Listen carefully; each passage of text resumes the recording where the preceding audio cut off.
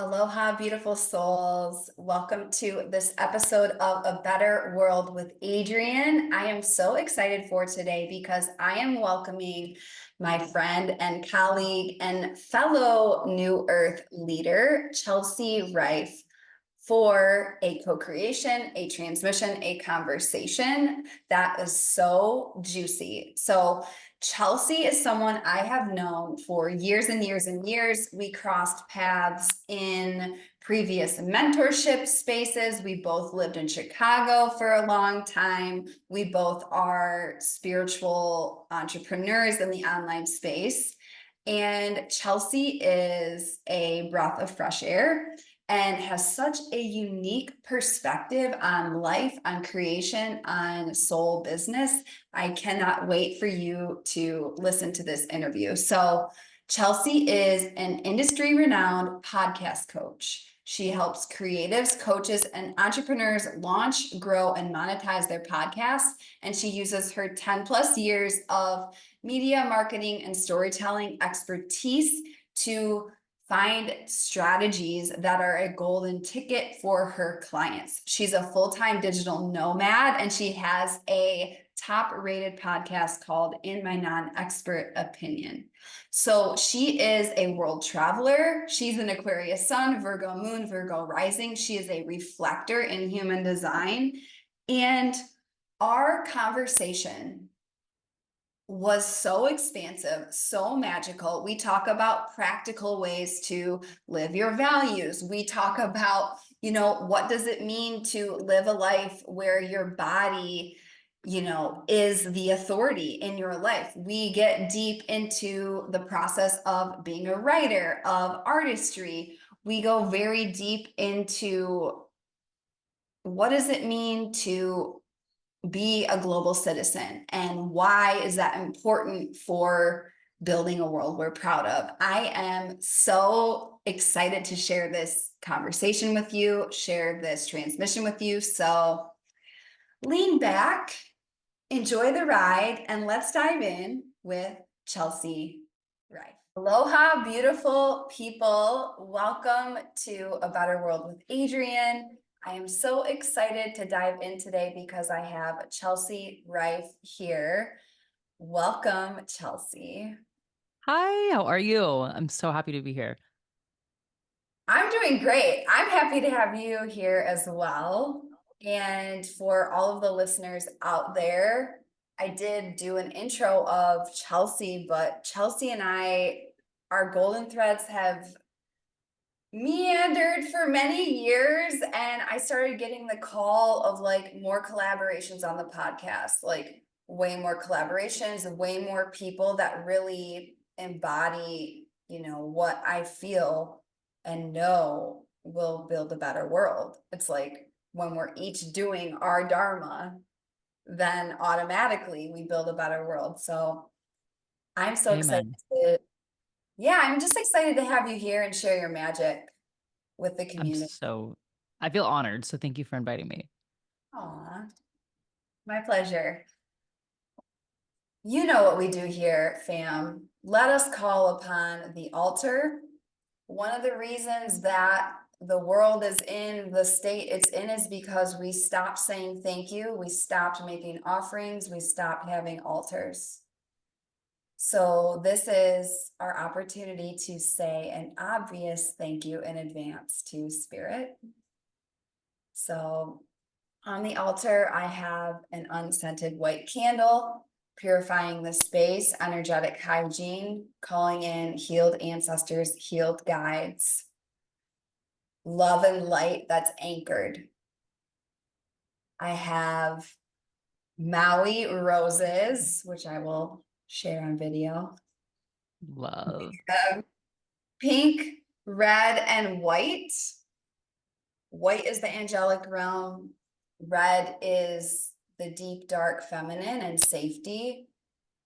And pink is the lovey heart chakra of the world. Love that.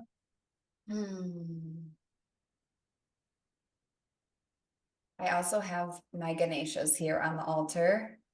Ganesha is my homie. the remover of obstacles. So removing any obstacles between us and the truth, us and our real self, us and unconditional love, unconditional power, unconditional courage, and a willingness to walk a path as it's paved open. So thank you, thank you, thank you, Spirit. Thank you, thank you, thank you, Chelsea. Now let's all connect our energy for 3 deep breaths together. Just allowing the day to land. Inhale through your nose. Exhale out the mouth.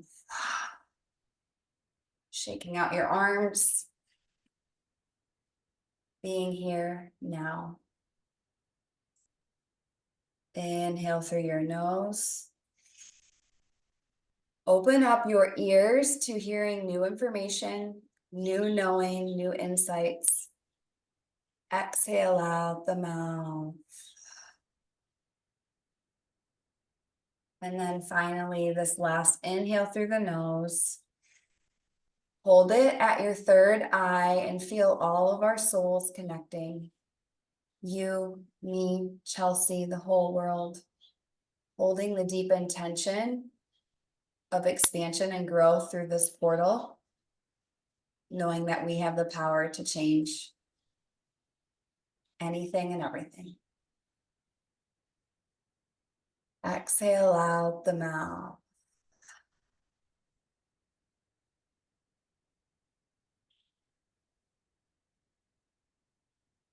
Fully arrived. Can open your eyes if you close them. And we are here. We're in business. Take a sip of water before we get into it. Yeah, me too. Cleanse the throat. Cleanse the throat. There's major throat chakra activations, I feel, for women everywhere right now. And the first thing I want to ask you, Chelsea, is about the way that we originally had this call scheduled and then we rescheduled it. And what happened was you reached out to me. You're like, hey, I'm in my cycle. I'm super low energy. Like, can we reschedule? Tell me about what got you to the point of honoring your body that deeply, especially in business. Oh, great opening question. So, when I worked in corporate America, I was, required to work 40 hours a week, 9 to 5. We actually worked 9 to 6 because the lunch break was technically not a work hour. And during those periods of time, I would go under so much stress. I was in sales, which is a very, very, very pressurized job. And I would always break out in rashes like every other month. I had shingles, I had scabies, I had insane rashes that we kept thinking was like laundry detergent or an allergic reaction to the weather changing or my bed sheets. And I just kept ignoring it. I was like, oh, that's just me. Like, I get rashes. And I kind of just thought that was part of like my makeup. Like, oh, I'm just someone who gets rashes every other month, and did not at all think about how that was actually stress speaking to me in the language that it knows, which is disease through the body. So fast forward, when I quit my corporate job in 2019, I went and got my yoga teacher training in Bali, and then I moved to Australia. And Australia has a very leisurely culture. Like, they leave the office at 4, they come in the office at 11. They don't care when you come in. You can take a 2-hour lunch break. It's all basically just like, get your work done when you can get it done. And that's that. And I remember being shocked at this culture, being like, this is not how I grew up. This is not the American world that I'm used to. And I noticed, though, while I was working there, the rashes went away. I never had a rash again, ever since I left that corporate job. So that stood out to me as, wow, once I actually recentered my mind and wasn't so focused on work, work, work, work, work, and stressing myself out at all costs, and actually taking time to enjoy nature and walk outside on the beach and take a 2-hour lunch break, it's like my whole body just started to melt a little bit and be like, wow, okay, this is probably where the rashes were coming from. So I started to pay attention to anything that was upsetting my body that felt like inflammation or disease or a dip in energy. Is my body trying to say something to me, right? Like our stomachs and our guts and all these things can't physically tap on the door and call us and be like, hey, I'm feeling bad today. It's sending us signals through our energy. So I really started to track my cycle maybe like 2 or 3 years ago. Um, just because I got off birth control in 2019 and I've always had a pretty regular cycle, and then I wanted to see. I would always have one day of my cycle when I'm like very, very emotional, like not even just emotional, but like irrational and not making sense and being very impulsive of like I might shut my business down and like I think I'm going to move to this country, very like impulsive. And I always call my mom during those periods and she's just like, are you on that one day of your period? And I always used to take it really offensively. I was like, no, mom, I'm allowed to be emotional. Okay. Like I can have an emotion, and then I would go check my tracker and I'm like, oh yeah, it actually is that day during PMS. So I just started to really track my emotions and moods and be like, wow, the same way stress affected me and those rashes is the same way my cycle affects me and my energy. So I started on my calendar putting when my actual bleeding cycle was and track it and say no calls because that's when I had low energy. And then I would try to book right after that, luteal and ovulation phase meetings, calls, one-to-ones, like things where I have more energy. And I started noticing it really worked for me. I was like, wow, I actually can batch record episodes when I do it during ovulation or when I'm bleeding. That's actually a great time to look at data and write and just sit in my bed and be cozy. So it was interesting last week, actually, not last week, in the last few months, my bleeding phase has gone switched between the new moon and full moon, which Me I too. think is very witchy. Yeah. Like, what is going on? It's feeling very witchy. And the fact that it keeps happening on a new moon or full moon, I think is insane. So it's become a little bit irregular. And last week when we rescheduled, I was in the phase where it was bleeding and really heavy. And I was just like, you know what? Adrian and I are going to have an incredible conversation. And I know if I do it right now, I'm just doing it out of obligation, which is the energy I had in corporate America of like, oh, I just have to do it because it's on the calendar and, professionals don't reschedule. And I was like, but I'm going to be low energy and you can tell low energy through the microphone.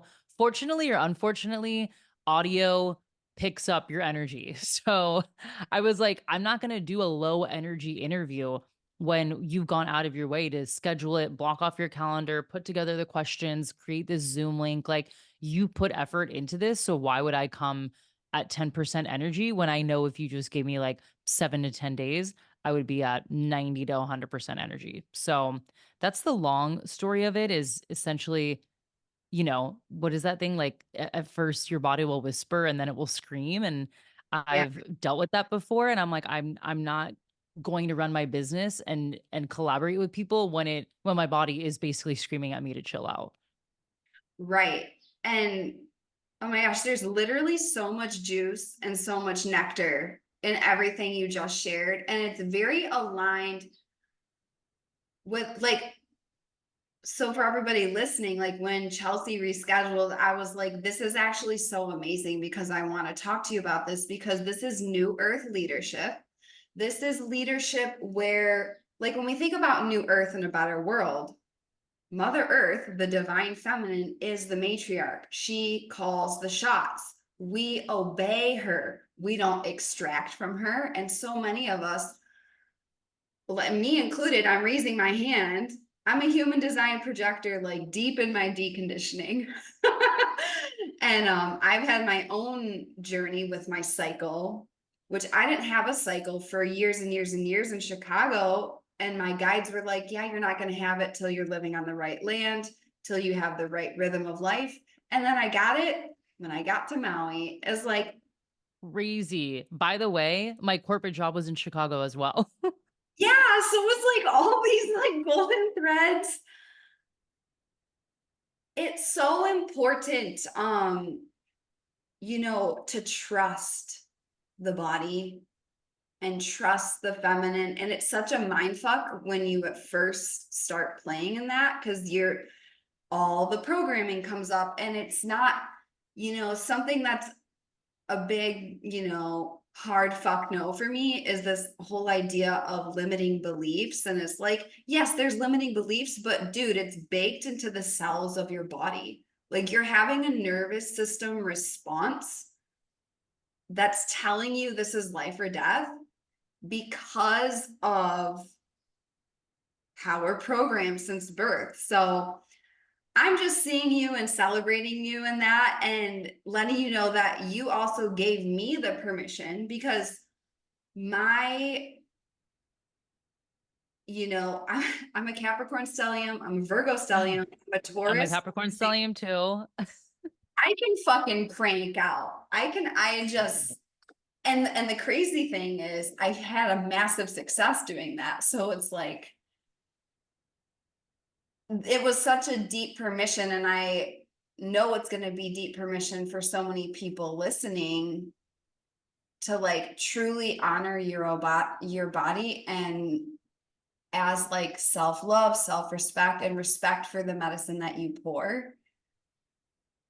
Like this past Monday, I usually always record on Mondays, especially my solo episodes, and I was just super, super emotional.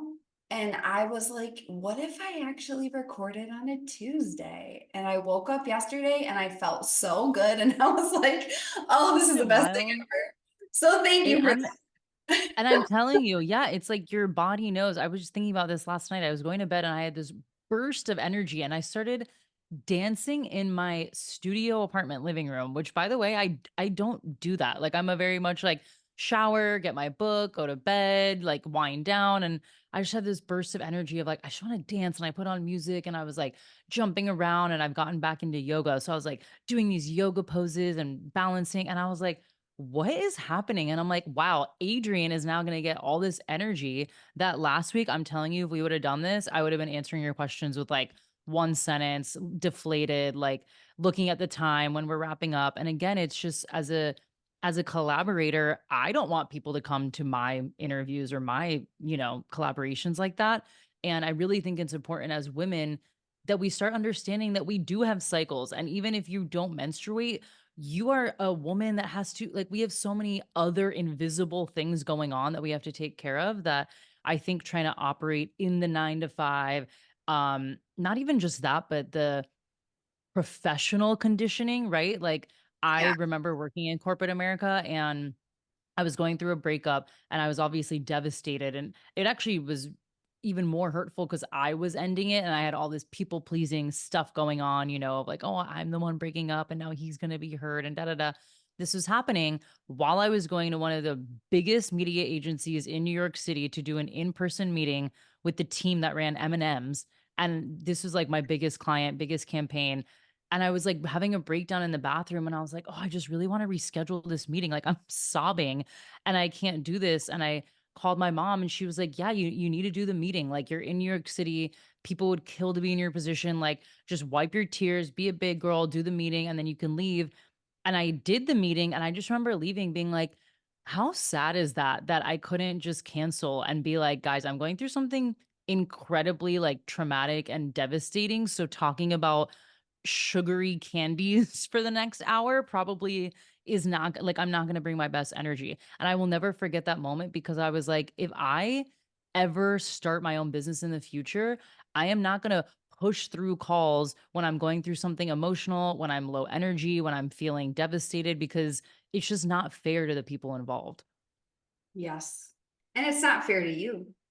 No, not fair to me either. Like, what? And by the way, these are all invisible deadlines and meetings, right? Like no one died, no one's gonna die, no one's losing money because of the. And again, I'm being like a little blasé here, but like I just always think of that. I'm like, guys, we're all take a deep breath. We're all gonna be okay if we move this back by 7 days, even a day. Like it's okay.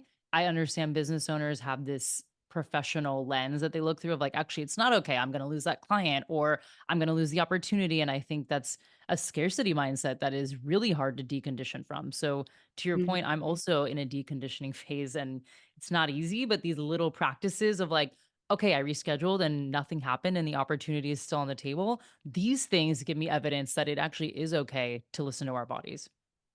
Right. And I would caution anybody if there's something in your life that's encouraging you to ignore your body, run, don't walk in the opposite direction because that's not new Mhm. birth. That's not Mhm. correct. No. I mean, again, your body will whisper before it screams, and it knows how to scream when you disobey it. Yeah, exactly. Body-based creation. Amen. So I definitely want to pivot into, you carry a very unique perspective on life. This is the beauty of Chelsea. This is the beauty of your lived experience. You're a reflector, you're the mirror that the people that are ready to look at themselves. Anyways, I love your mirroring. Um, Something that I see in you that I really cherish is your global perspective of just life. And as a digital nomad, as someone who's traveled everywhere, you are rich with perspective from around the globe. And I would love to know, like, was there a moment that you remember where you really shifted from like, hey, I'm like an American from Florida and like Chicagoan, like all of this to, hey, I'm a global citizen? Because I think that bridge is something that all of us are called to walk if we're going to make a different world. Yeah, I would say what was the catalyst for being a global citizen was that yoga training in Bali. I went into that. I pretty much flew from Florida to New York and then New York to Australia. And I was actually in Australia for like 3 weeks before I went to Bali. And I remember going to Bali. Remember, I just quit a corporate American job that I had worked for 5 years. I was a manager of a sales team. I was really good at my job. I worked with huge brands, huge agencies. So that was my brain going into this training. And I remember getting there and being like, where's the check-in table? Like, why is there no check-in process? And are we supposed to fill out forms? Like, wow, they don't have an intake form. Like, this is pretty unprofessional. And just being like so annoying with my corporate Americanness.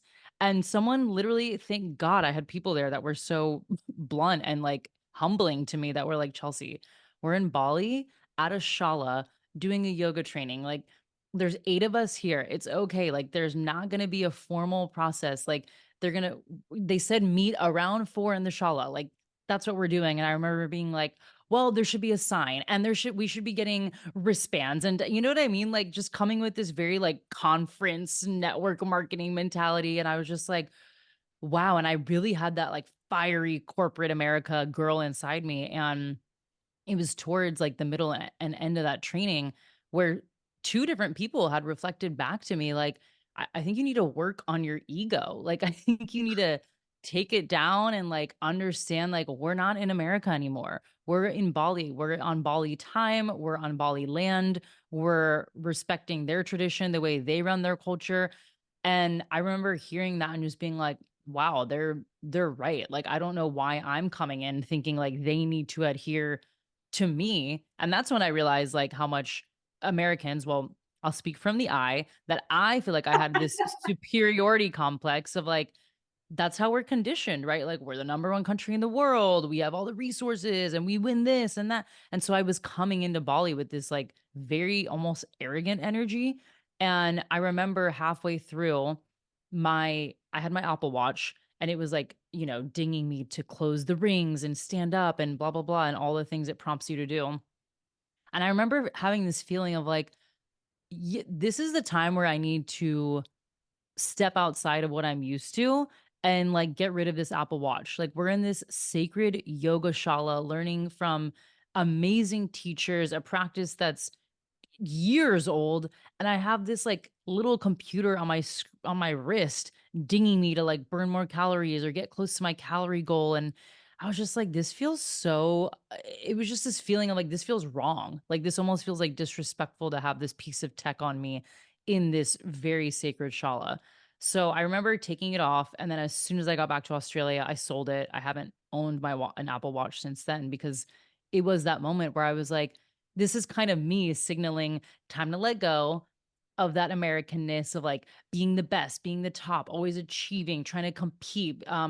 Self improvement every single day, be 1% better. I mean, I have a podcast, and that's what I started my podcast around was health and wellness and listening to podcasts like that of like, how can you constantly improve yourself? And I really think that yoga training in Bali made me realize like, what if I didn't have to improve myself every day? Like, what if I could just be okay with who I am day after day and content and happy and humble? And by the end of that training, I remember leaving being like, I will never be the same again. I actually got all my tattoos there. I don't know if you can see them right here.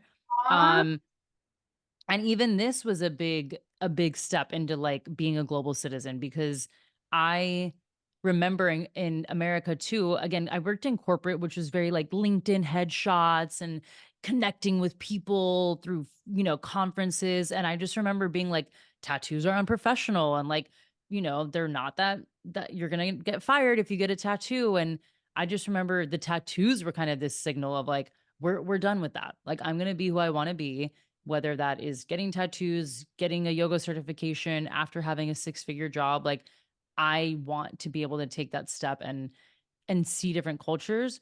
And so Bali was the catalyst. And then I really think living in Australia and just again seeing a whole new way of how they operated was mind blowing to me. And that's when I was like, yeah, I think there's other ways to live. And I've known one way most of my life, and I'm ready to explore other ways. Wow. Yeah, and that that what you're talking about, just like being happy and content, that's actually where lasting change originates. Like true lasting change doesn't come from whipping yourself and berating yourself. Amen. Which I did that for years and, hit a ceiling in music. It's really important, and I'm actually experiencing some of this on Maui because Maui's like America, but it's not America. It's Right. It's an island. yeah, and I was like, I'm gonna join this canoe club and learn like traditional Hawaiian canoe. And I went through this whole activation. I was like, am I ghosting my business if I, devote time to this? And it's like, this is actually the medicine. Like this is the medicine. And like it's safe to trust that. Mhm. So It what's really your is. definition of a global citizen? Like what does that mean?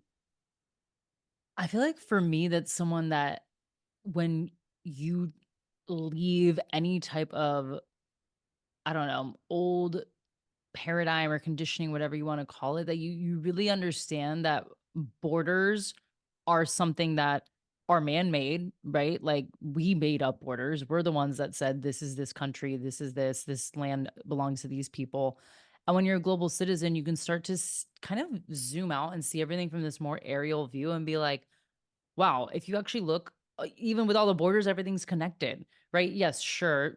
On technicality, we're oceans apart and those things exist. But like, if you look at even a continent, it's like all this land is connected. All these people are connected. Everyone just is able to move around through trains, planes, automobiles, boats, whatever you want to call it. But at the end of the day, we're all connected. Like a global citizen is someone who I think can see the world for all its beauty and all its imperfections and be like, but we're still connected. We're still one. Yeah, the human family. Yeah, This is the exactly. age of Aquarius, people. The Yeah. human Ohana. And for anybody who thought we weren't connected, hashtag COVID-19. Yeah. In case anyone forgot. The entire world went through the same thing at the same time. Yeah, I love that. And that's such a it's a deeply spiritual, like, way of life, um, Mhm. that I really admire that you embody. Like, that's who you be. Thank you. Just Thank amazing. you. I really Um, appreciate that.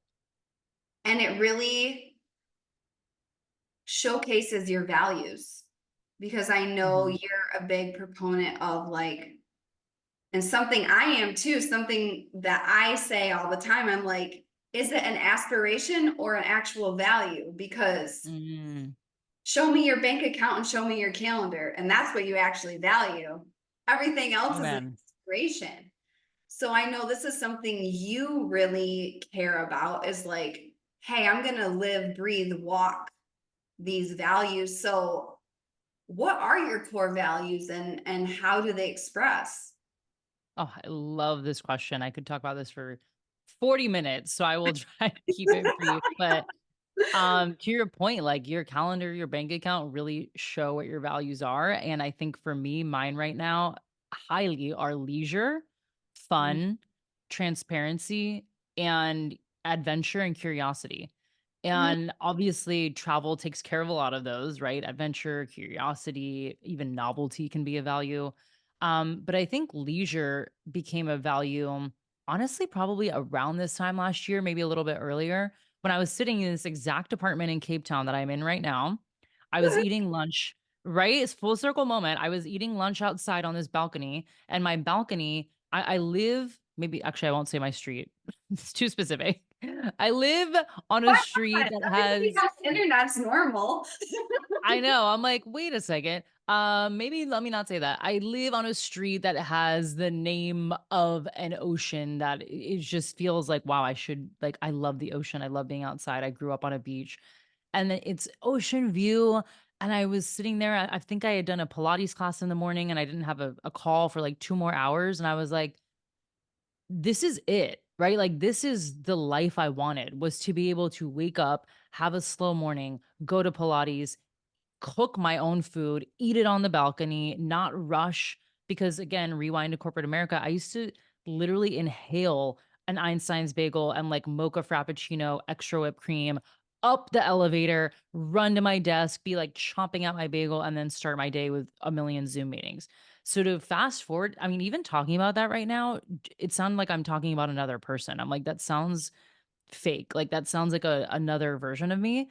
So when I was sitting out here on this balcony in Cape Town, that's when it hit me of like, you have the free time and space to do this. This is like your leisurely time, and you need to figure out how to obtain more of it and build your lifestyle around this so that you can always remember like this is what you wanted. And I would argue most people want more money to have more free time and more leisurely time, right? Yeah. We want more time with our friends, our family, to do the things we love with the people we love.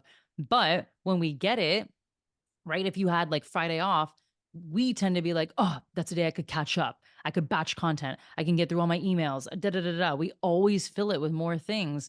And I just remember that day on the balcony being like, I'm not going to do that. Like, if I have a free day, if I need to catch up on work because again there's like a financial consequence or something, maybe I will, but I could also go to the beach and bring my book. So I started tracking that in my calendar to see if I actually was living my values. So now I'm a Virgo moon, Virgo rising, and Cap stellium as well. So we have a lot of similar placements. And so I can be, yeah, I can be a workhorse. And I also am very like detailed and find a lot of like joy in putting these things together. So Yeah. I love Google Calendar and I basically just started color coding it. And at the end of the week, looking at the colors and being like, does it align to my values? Obviously, assigning each color a value. So like yellow is leisure, orange is travel, health and like wellness is green. And so at the end of the week, I'm very visual too. I could just quickly look at my calendar and be like, wow, there's a lot of yellow. So that's a lot of leisure time. Great job. You're living within your values. And then week after week, I kind of just kept auditing it. And if a week was off, I would look at see like, why was there so much blue, which is work time or coaching time, which obviously like I need to work. Um, but if there were days back to back blue, I'd be like, why, why did that happen? So the way I schedule leisure now and health and wellness and all these things that I value is I treat those as if they are professional client meetings first, and then I plan my schedule around that. Where the opposite is probably like an old paradigm way of doing things is fill your calendar up with all your work meetings, all your work obligations, everything that is like giving to someone else. And then maybe you could hit a yoga class or go to the movies with your friends. Where I was like, why did I leave my job and create my own schedule if I'm just going to repeat the schedule that I had when I worked at an office? So now it's the opposite. Now I literally book all my exercise classes first. I try to look at like social events I'm going to do in the evening, and then I have my calendar open for calls and coaching, etc. Now, this wasn't overnight. This is like 4 years tweaking, adjusting, tweaking, adjusting. I'm still playing around with my schedule, but I really think if you want to see if you're living within your values, just start tracking it in your calendar and you will actually have a visual of what's happening right in front of you. Yeah. Oh my gosh. So my Venus is in Virgo. I'm basically hard over here. Like all the color coding. I'm just like, yes, yes, yes. Color coding, everything. I label everything. People fear measuring. People fear measuring because it's the ultimate truth. Because if Mhm. you measure something, then you can see very clearly whether it's a yes or a no. And then guess what? You're responsible for it. So, for all my people out there that are like not Virgos and this doesn't turn you on, it's like Sorry. you got to be willing to look and have that clarity. And it's really important, and there's always something to learn at every single stage. And I love how clear you are about your values, and like it was very immediate, because a lot of people are like, huh, what are my values? And something that I only serve from overflow. Like that's what I say. And another thing is I say the more I play, the more I prosper. So it's like, Mm. yes, I am going to the ocean before. And Mhm. I do something for me that's expressed in my calendar is Sacred Saturday. Every single Saturday, at least 24 hours, zero social media. My phone is Um, usually turned off. It's deeply offensive to a lot of people. And I get to teleport to the 90s every single weekend where nobody can bother me. And so, I love that.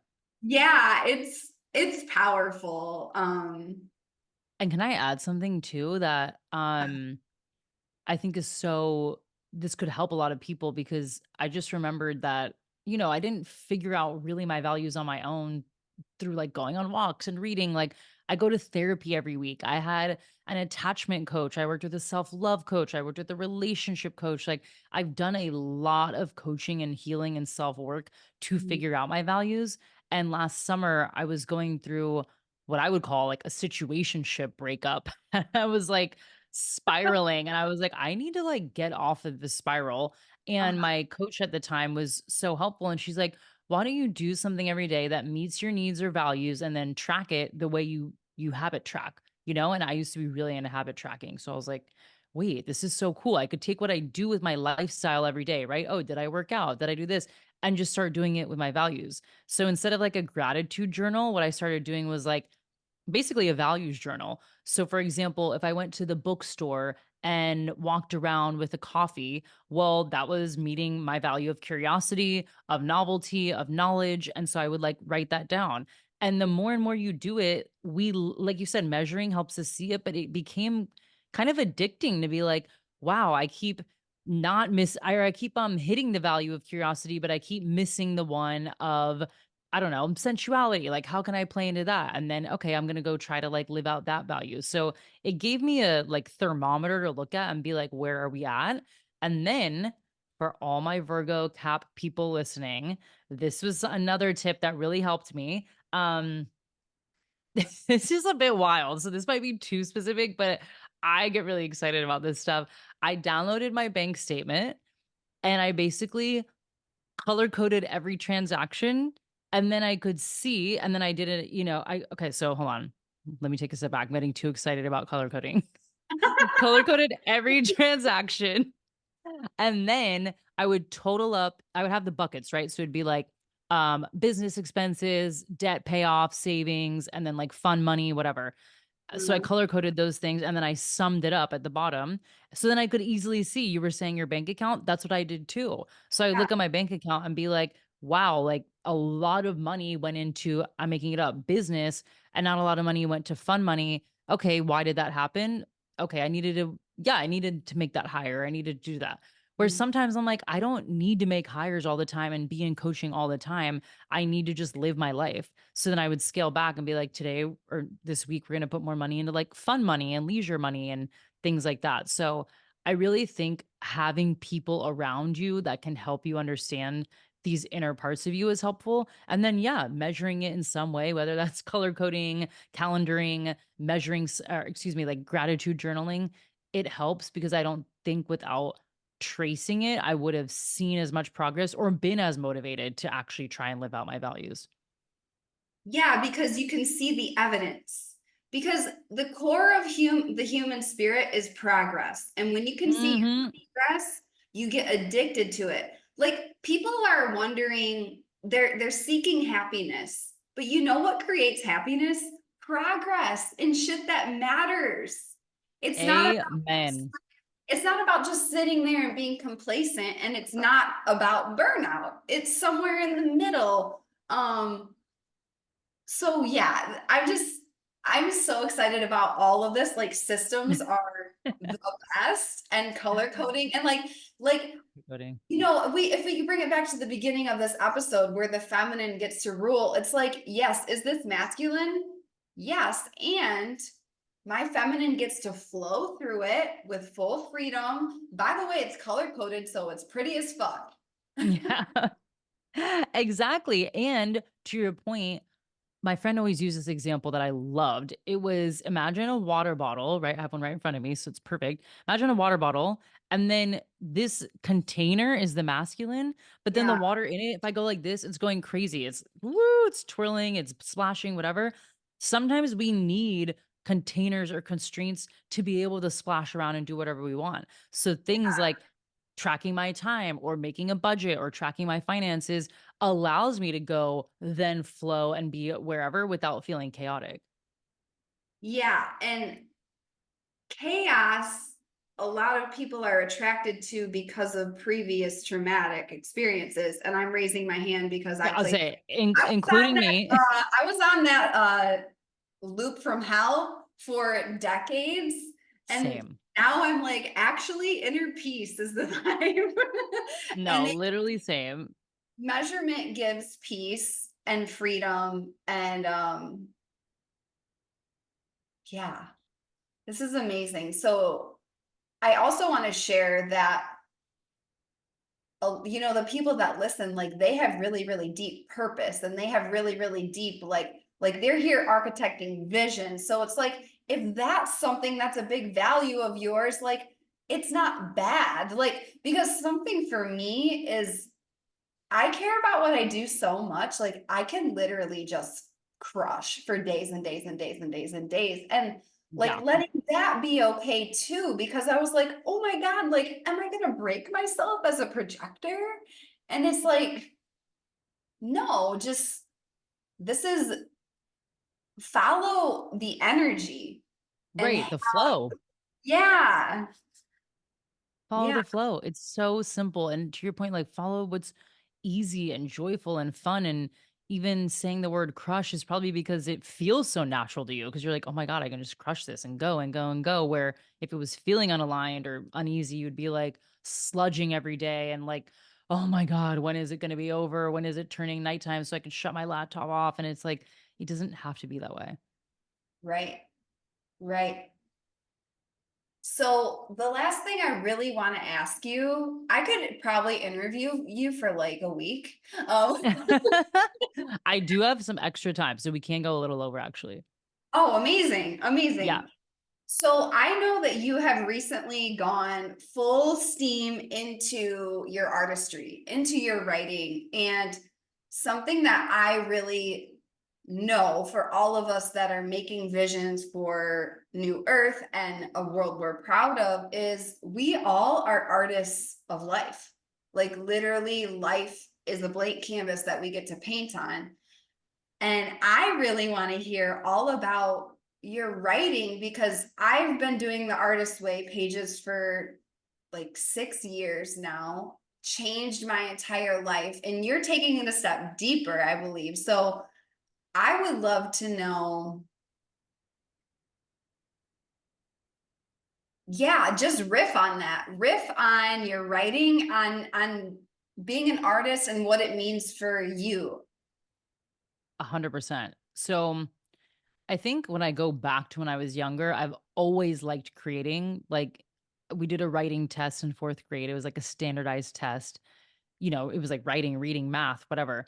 And um I remember reading the prompt and I didn't actually understand if it was fiction or nonfiction. So I made it both, which I now realize is a category. It's like magical realism or like surrealism and whatever. And it ended up getting a perfect score on this standardized test. And I remember being like, wait, I literally did not know what the prompt was. So I think that gave me permission to like use my imagination to write and kind of create my own world that wasn't in my direct reality, right? I remember the whole prompt was about like sand castles in the ocean and Of course it something that was. I know, I was like, of course, it was no wonder I scored so well. It was something I loved writing about. So that kind of gave me the permission to explore my creativity. Then I went to a school of the arts in the 6th grade, and I remember thinking like this isn't even school. This is like a playground. We're dancing, we're writing, we're playing on computers, we're going to all these different classes that again, it was a school of the arts. That was the whole point. And then went to a normal high school, public high school, public college, like did the run of the mill US, go to a public college, get your degree thing. And then I didn't have a job after college. And I had gone to college for broadcast journalism. I really wanted to be a TV reporter. I wanted to be a sports reporter and do like ESPN type of sports reporting. And that's because in class, we would develop stories. So we would literally get assigned an athlete or a team on campus, and we would have to go interview them and find unique story angles. And I thought it was the funnest class because I was like, how can let me take a step back. The way we graded each other's work was each week we would watch each other's stories on the TV in front of the whole class and give feedback. So I remember thinking, how do I make mine stand out of all these people here? And part of it was writing the story and finding the story. So that's why I started to really understand like how to find different angles of people and not just be like, oh, like tell me about what brought you here and how did you get into swimming and why do you love swimming? If I was interviewing a swimmer, like I wanted to understand deeper. So that class really challenged me to go deeper with storytelling and writing. And then I would get feedback literally every single week in front of the whole class and had to tweak my story.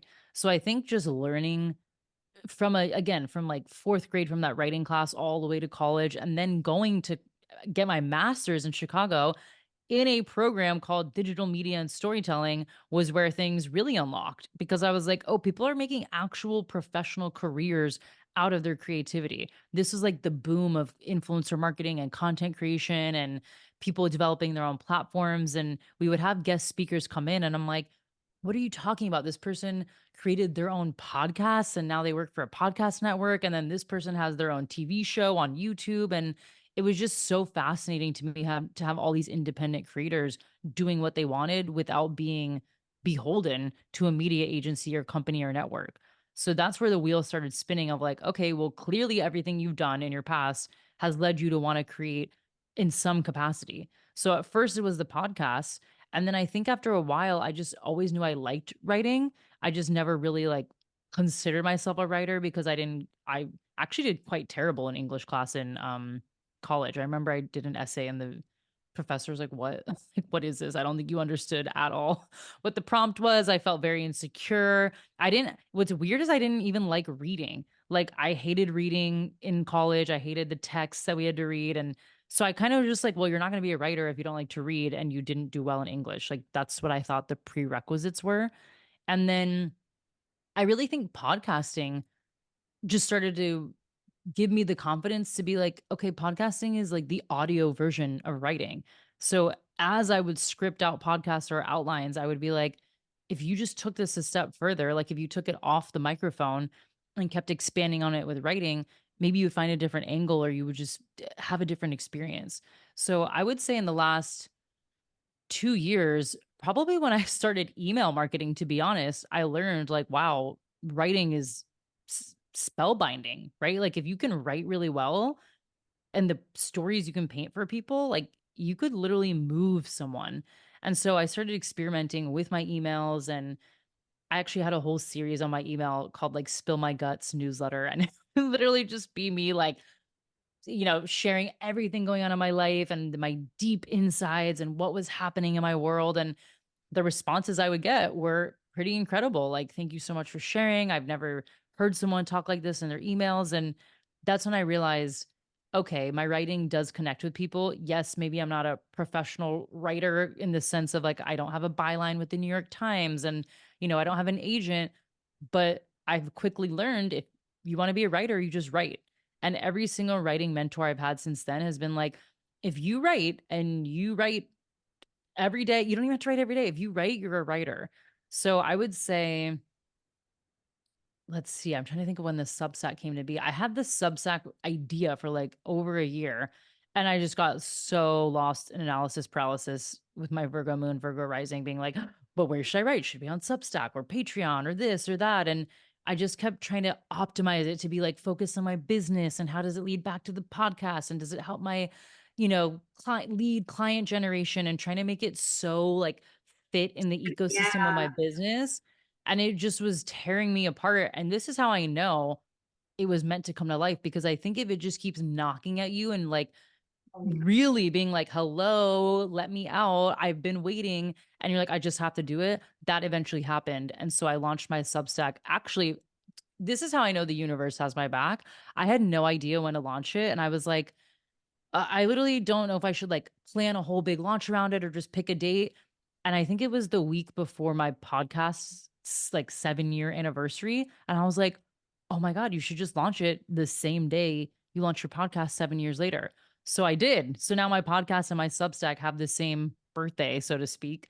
And I thought that was so cool because I had just like, I never really paid attention to that much. And just the fact that I happened to even think about my podcast when I was launching a writing platform, and that it all synchronized to be on the date that I created my own thing 7 years earlier, I think was such a divine message to be like, yes, you need to get your writing out there. So when I started, I'm going to be honest, I overthought it for so long. I thought I had a whole like content planner in my Notion. I had all the things I was going to do. I thought I was going to post 4 essays a month, which by the way, that's insane. Like essays are pretty hard to write or like edit. And I thought I was going to do like Q&As and just be so active on Substack. And I quickly learned like it's another platform, right? It's like running another podcast or a YouTube. And I have a podcast already. I have a business. I have so many other things going on that I just realized if I want to keep up my writing, I can't be so strategic about how it's going to fit in my business. Like I might have to just post things that I want to post that make absolutely no sense. So I started writing about relationships. That has absolutely nothing to do with my business. I don't talk about relationships. I don't do relationship coaching. I don't do anything like that. I started talking about anxious attachment.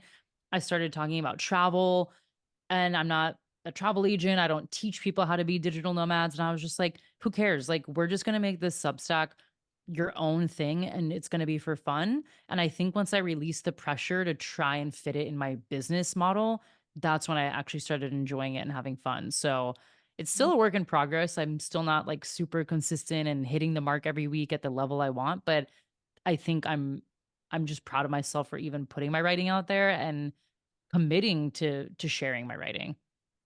Yeah, and I'm celebrating you and all of that. You said it was 7 years between the birth of the podcast and the birth of Substack. Yeah, my podcast came out in 2017 and my Substack came out in 2023. 6 years, I guess. What's the birthday of podcast and November 17th, I think, or 7th. Of course, now I can't Scorpio? remember it.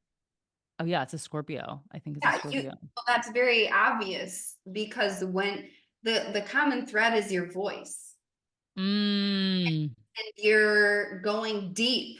You don't want to fuck around with this surfacely. It's like, I'm gonna go deep, it's gonna be real. That Scorpio is fuck. You should do the human design and astrology chart of I'm your, literally, yeah. I think I've pulled my podcast chart. I don't know if I've ever pulled my Substack one though. That would be, and That's such a good idea. what's your personal Mercury placement? My Mercury is in, you know what? We're gonna pull it up right now. I think it's in Gemini. I knew it would be in I was like, Oh she my God. I was like, I think gotta it's in be Gemini. Gemini. I'm almost positive because isn't Mercury like the planet of communication and And yeah. literally writing, Oh my literally God. Yeah. data and information and words. It's the wordsmith. November 8th. November 8th. November Is 8th. that Scorpio? Mm-hmm. Okay, yeah, they're both Scorpio suns then. And yes, no, my Mercury is in Capricorn, my Mars is in Gemini. Ah, Yes. Oh wait, but my Mercury's in Cap in the fifth house, which is the house of like creations, birth, creativity, the etc. inner child. Yeah. Yeah. So your artistry, I just was really getting it's like coming back to your voice, coming back to your voice and trusting your voice. And it's like whatever medium it comes through and knowing that your voice does matter. Like when those people reply and they're not replying based on like, oh, I made this funnel because here's my monthly recurring revenue goal and blah blah blah, which trust me, Right. I think like that all the time. I have a strategic mind, like I'm a businesswoman. And Right. and it's like letting that, like something you said that I really want to acknowledge is like you can move people. Mm. You can move people, and you know what does that even mean? You move them closer to themselves by allowing your real self to be seen. Mm. I can't tell you, I've gotten goosebumps or chills like 3 times during this interview, and I'm just like, wow, you get it. Yeah. Yeah, I mean, that's what we're doing is we're making art. And you know, art Right. is all about truth and connection. And I just want to thank you for everything you went through to get to where you are today. Like, And I will say too, sharing your art, we all just want to be seen and heard, right? Like that's mostly why we share our art. We want to like express ourselves.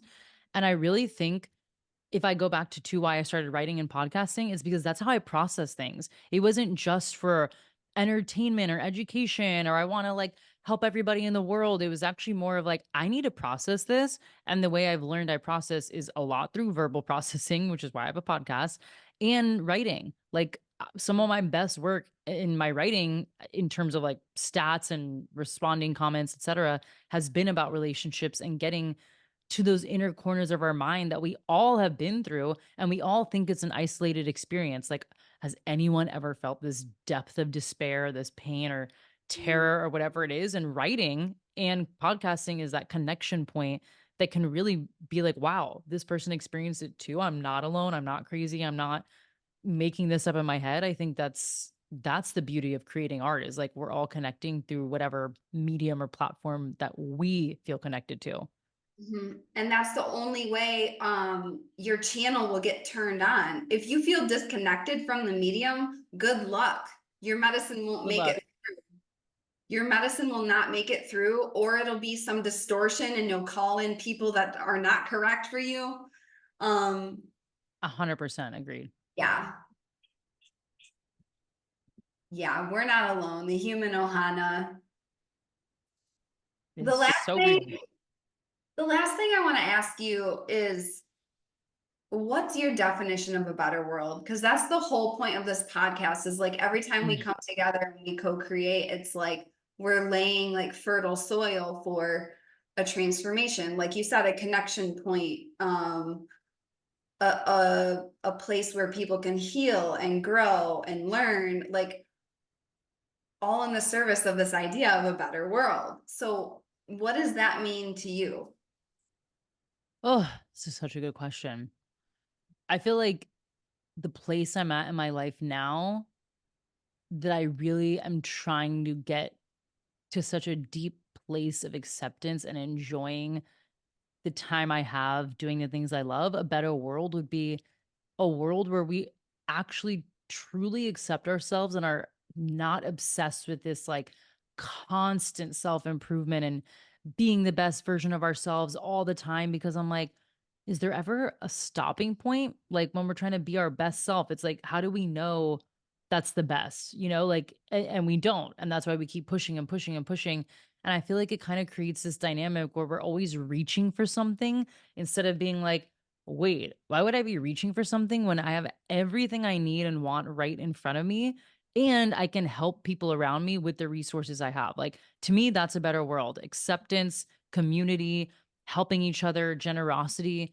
Like, I'm a very visual person. I'm literally thinking of a garden where everyone has their own little patch, right? And like, I have the sunflowers, you have the tulips, someone else has food and veggies, and like we're all just like hopping around to each other's garden being like, I'm super happy with my sunflowers, take some if you want, I would love some of your tulips. Like that type of energy, that to me is a better world. I think unfortunately right now, the wellness, health, constant like self-improvement game has us all feeling behind. And to be honest, Instagram, right, has us always feeling behind. I'm like, I should be making more money, I should be more lean, I should be in this type of relationship, and it's just like never enough. And I'm like, in a better world, we would be enough.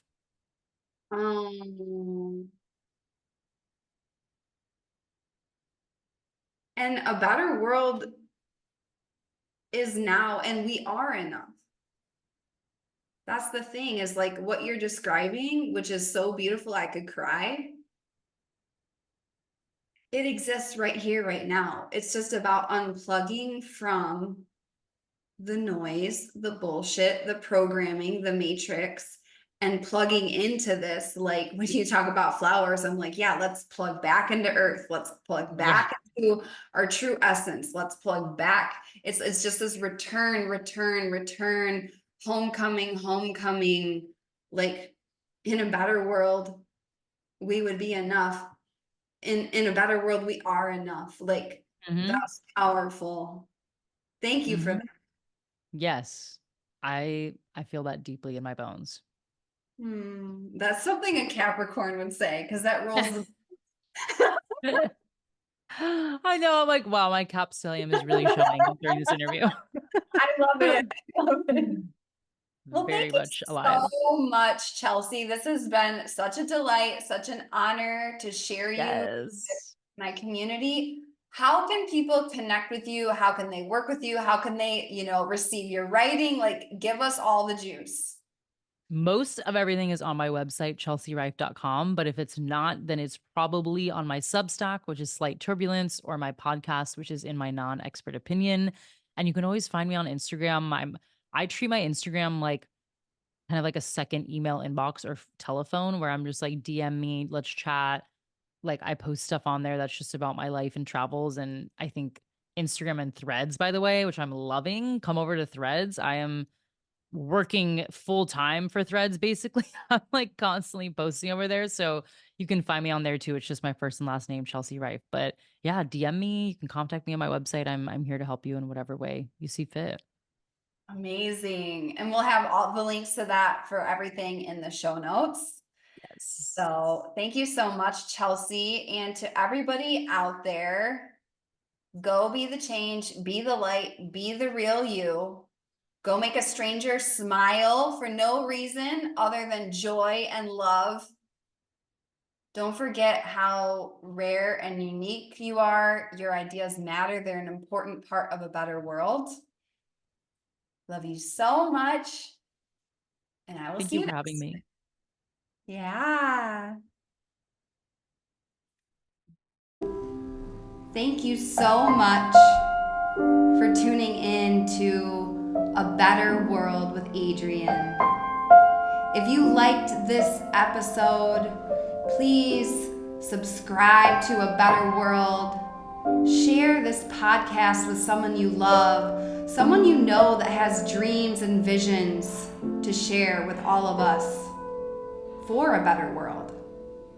So like, subscribe, please leave a review, and let's spread this message like the wildfire of the heart, of the soul, of a better world. Follow me on Instagram at mindfuljoymuse. Tag me in your stories and let's spread this message. Don't forget, you're the only you that exists in the history of the universe. You are important, you are worthy, you are valuable, your ideas are needed and an important part of a better world. Love you and see you soon.